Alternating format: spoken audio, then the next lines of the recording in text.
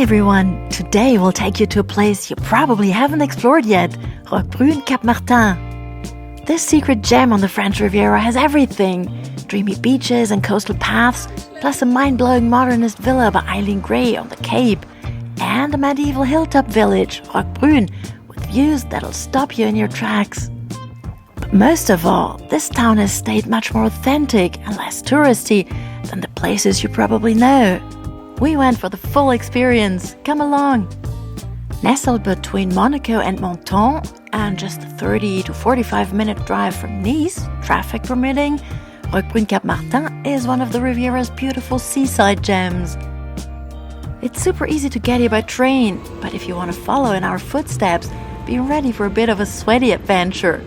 Or take the car like we did. Anya and I kick off our day at Cap Modern, stunning architectural ensemble that's as cool as it sounds.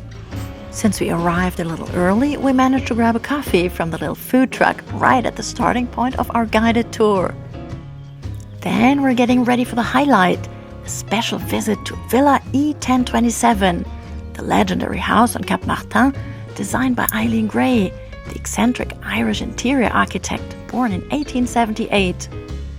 Today, Eileen Gray is recognized as a long-overlooked talent of the golden 20s, with a style that strikes a balance between everyday simplicity and stripped-down modernity. She's best known for her furniture designs, elegant yet unpretentious, and strikingly contemporary. Among other creations, she's famous for the Bibendum chair, reminiscent of the Michelin Man, designed for her house on Cap Martin. Remember, visits of Cap Modern are by appointment only, so plan ahead. For us, it's time to explore. We take a short walk to the actual site, with no car access, along the narrow coastal path between Monaco and Cap Martin, and it's lovely. We discover one of Roquebrune's secluded beaches and catch glimpses of Monaco's high-rises in the distance. I'd love to say we can't wait to see what's behind the securely locked gate when our guide Elisabetta lets us in. But actually, both Anya and I have visited Eileen Gray's villa by the sea before. But now it's your turn to see it. En plus, vous avez la glycine, en fleurs.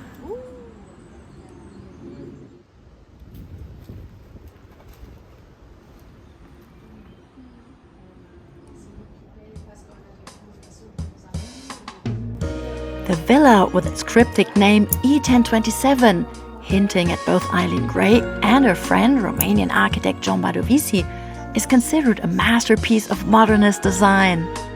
It follows the 5 points of contemporary architecture, with the building and furniture designed as one cohesive concept.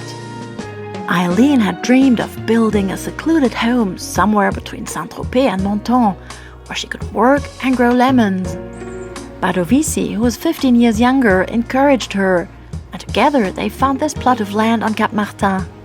But things didn't go smoothly between them for long, even though they each had their own space in the house. Perhaps because Eileen was looking for solitude, while Badovici preferred to be surrounded by guests. In 1932, she left the villa for good and handed it over to him. Designed and built between 1926 and 1929, the house, with its flat roof and minimalist lines, is designed to give you the feeling of being on a boat. By the late 1930s, Le Corbusier had become a regular guest at Villa E1027. With Badovici's encouragement, the Swiss artist painted several large-scale murals throughout the house, much to Eileen's horror. The bold, colorful works, some of which are still there today, completely clashed with her understated minimalist style. Inside the L-shaped villa, a few things immediately stand out. Instead of doors, there are half-height walls that create smooth transitions between the individual open rooms, which, by the way, aren't very big. Eileen Gray wasn't a fan of boundaries. On the sea-facing side, large folding window panels open in different ways, letting in a constant breeze, even during the summer heat. All around the house, you'll spot small built-in wooden storage spaces, often labeled for their specific use. Eileen Gray blurs the lines between furniture, decoration, and architecture, offering fresh ideas for what modern living at the time could look like. Anya and I get special access to the roof, which isn't usually open to visitors. But we didn't want you to miss these amazing views from up here.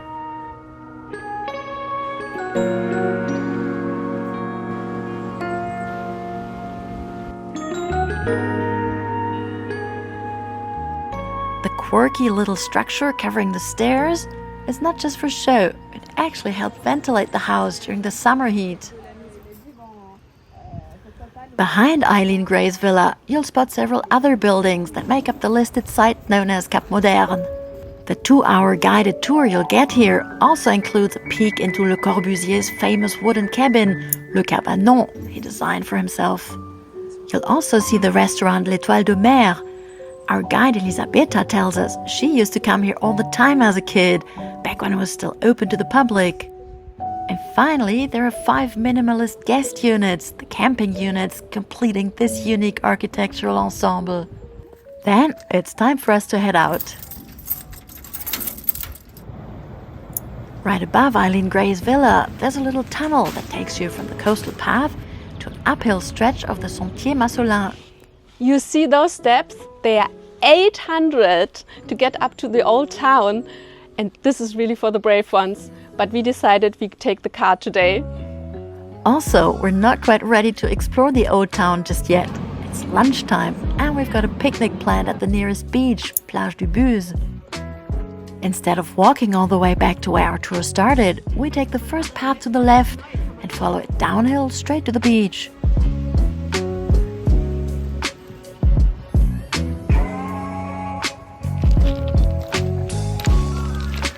Plage du Buse is a hidden little gem with turquoise waters and a stretch of sun-warmed pebbles. Since it's only accessible on foot, it stays wonderfully peaceful and free from the usual crowds. Just imagine back in the day, Le Corbusier and Coco Chanel's crowds were likely hanging out right here, just like we are now. And of course, we came prepared with homemade sandwiches, German style.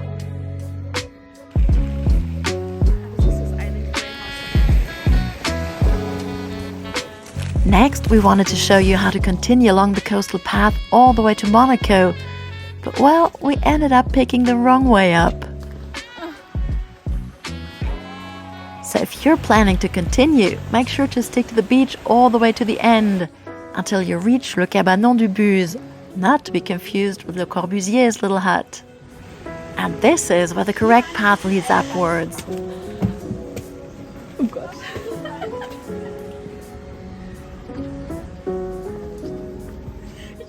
Our tour this morning actually started right here. But to get to Monaco, make sure to turn left, and a little later, before crossing the bridge, take the Sentier des Douaniers. From here, it's just a 30-minute walk to the Principality. For us, it's time to explore the old town, Roquebrune village, where legends like Josephine Baker, Coco Chanel, Rodin, Pulitzer, and Virginia Woolf once lived. We drove up here, though you could have walked from the beach, while buses and even taxis really aren't an option. First on our agenda is the chateau at the top of the village, so we wind our way up through these charming narrow alleys. We learned that quite a few people actually live here, unlike Aix, which is mostly touristy. Here, it's all about authenticity. Roquebrune's highlight? The castle. It's open all year, and for just €5 right now, it's well worth the visit. Clinging to a rock nearly 300 meters above the sea, this impressive castle offers breathtaking views.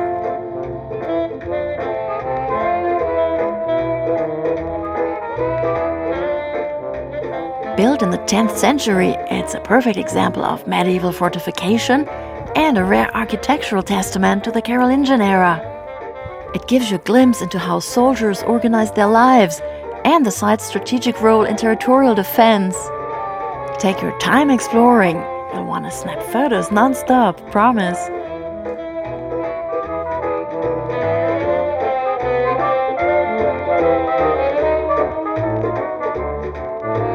We continue our tour along steep alleyways, quaint little squares, and vaulted passageways.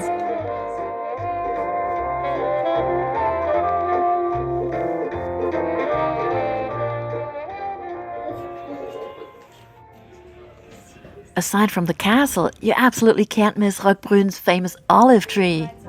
It's a bit outside the village to the east, and after a charming encounter along the way, we finally stand humbled beneath this ancient giant, supposedly between 1,800 and 2,200 years old. Just imagine all the history this tree has witnessed over the millennia, and it still produces small black olives every year. Don't miss the cemetery. Sounds a bit odd maybe, but the views are really stunning. It's also located east of the old town, and you'll need to take another short, steep walk to reach it. Yeah. Check out the old tombstones.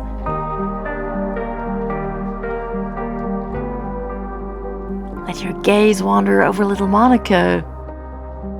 And meet our old buddy from Cap Martin again. This is where architect, designer and artist Le Corbusier was laid to rest in 1965. Anya and I have seen enough for today. It's not quite dinner time at one of those local restaurants, which by the way are all worth trying, we were told. So we opt for an aperitif at the charming Place des Deux Frères. And fun fact, this is where the weekly market comes alive every Thursday morning.